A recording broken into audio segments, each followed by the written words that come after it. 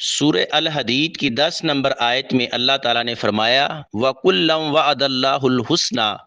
اور ان سب سے اللہ نے اچھی جزا کا وعدہ کیا ہے۔ اس حدیث کی تفسیر یہ ہے، صحابہ کرام رضی اللہ عنہ مجمعین کے درمیان اگرچہ درجے اور فضیلت میں فرق ہے، مگر اس کا یہ مطلب نہیں کہ بعد میں مسلمان ہونے والے صحابہ کرام کو کوئی فضیلت حاصل نہیں،